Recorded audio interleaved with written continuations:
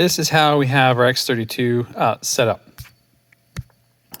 We have our opening up. We have our drums. We have kick, snare top, snare bottom, hat, tom 1, tom 2, or rack tom, floor tom.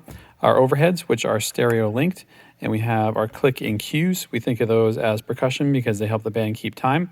They're also over here for another reason. I'll get to that in a second. For the second page, it helps. We have bass, acoustic, electric, and then an open channel, which is usually another guitar, whether it's another acoustic or another electric. Room mics left and right, which is used for in-ears and for broadcast.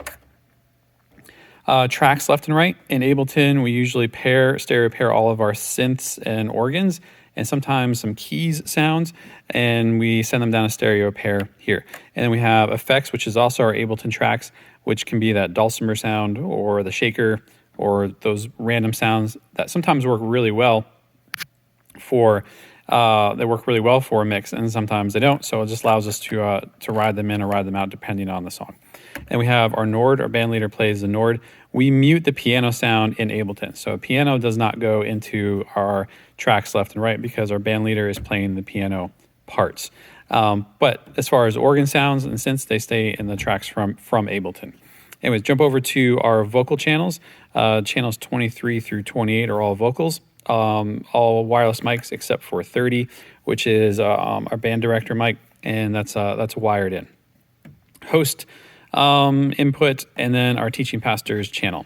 And then we have the DCA groups, which we have drums, bass, acoustic, verbs, mostly vocal verbs. We have 2 verbs set aside for vocal and 2 for instrumentation. It seems to work out pretty well that way. Not always, but this does allow us to bring down the verb when someone goes to talk. We can bring down that vocal verb pretty easily, so it doesn't have that while they're doing a talking part, while worship leaders doing a talking part, you don't have that verb just going on forever. And then we have electric, snare. The snare top and bottom are both grouped together in this DCA.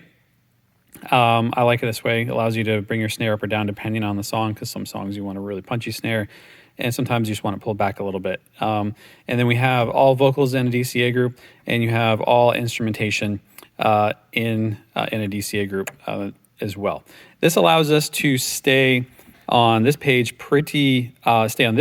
and over here without having to hop between, without having to do a lot of page flips.